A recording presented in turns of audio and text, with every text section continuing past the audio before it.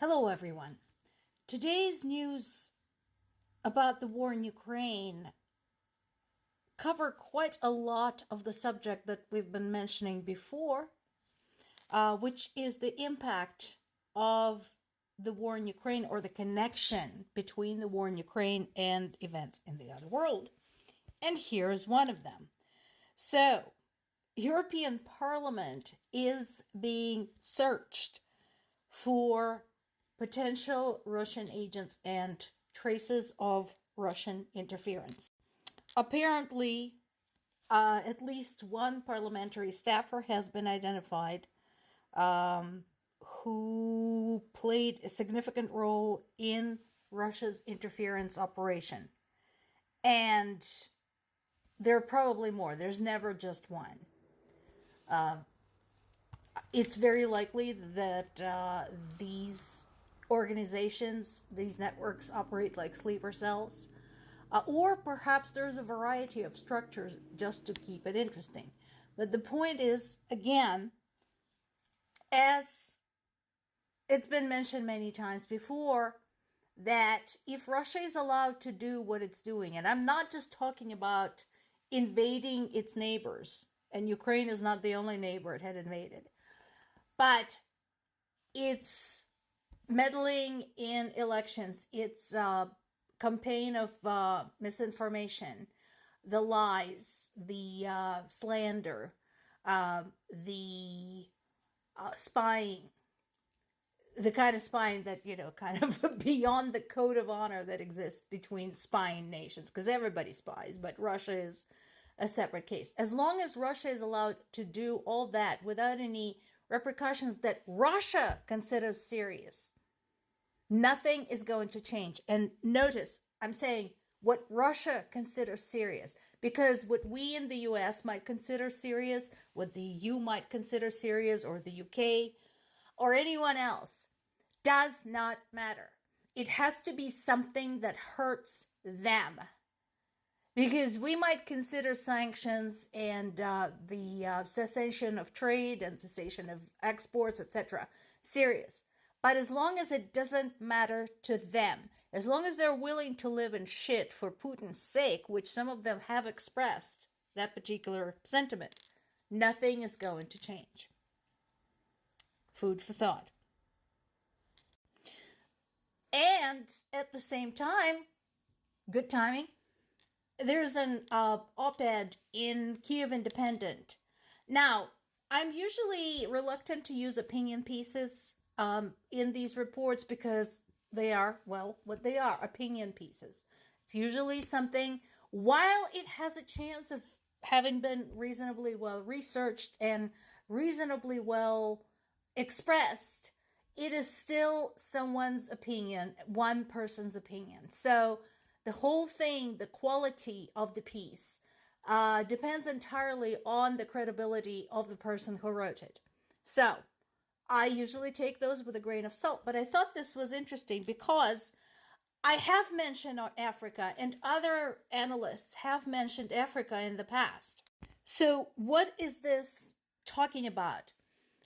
There is an election going on. There is the ruling African National Congress Party, which is one of Africa's oldest liberation movement. And interestingly, it's about to fall below 50% majority. Apparently, there's been some disappointment and dissatisfaction with its performance. 80% of people believe that the country is headed in the wrong direction. So, what usually causes such thing? And this is in South Africa. So what is remarkable about this is that there has been a lot of support in Africa, among African nations, for Russia's invasion in Ukraine, including recruiting of troops. And the interesting part about this is that it is very possible that people there don't even really know what's going on in Ukraine or why Russia is invading Ukraine or anything. All they know is what they're told. And Russia's militant group Wagner, which Russia has been trying to integrate into its official military forces, has a lot of clout in Africa. Not just in South Africa, but actually on both coasts and in the middle. There is a lot of underground kind of black market politics going on there.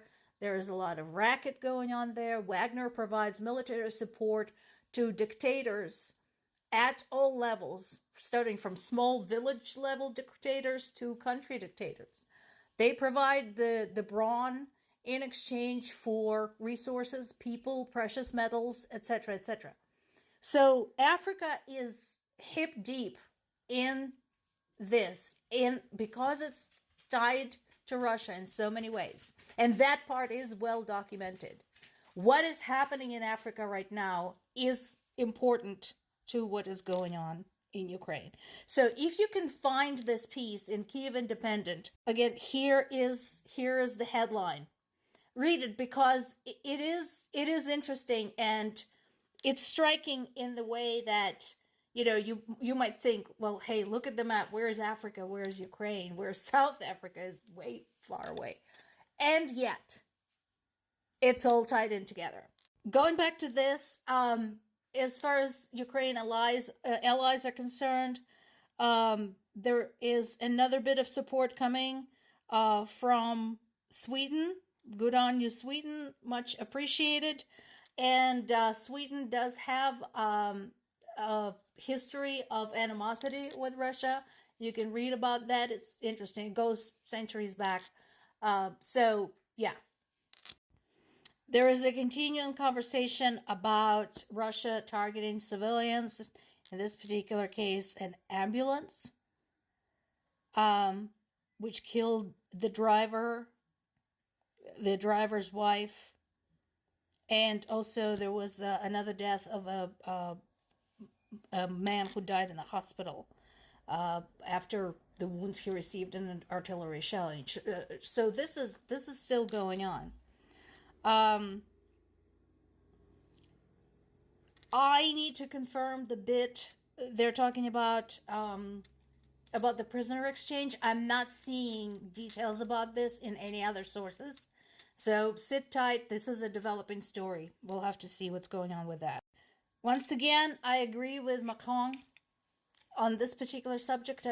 As with Zelensky, I don't agree with him on everything, but in this particular case, I do agree with him. This should never have been a condition. And again, think back to not just World War II, actually every single major war in which one country aided another. Let's do a really good one. Revolutionary War. Can you imagine if the French said, well, we're going to give you some weapons, but don't shoot them at the British ships or the British soldiers? How would American Revolutionary War would have been lost if that was the case?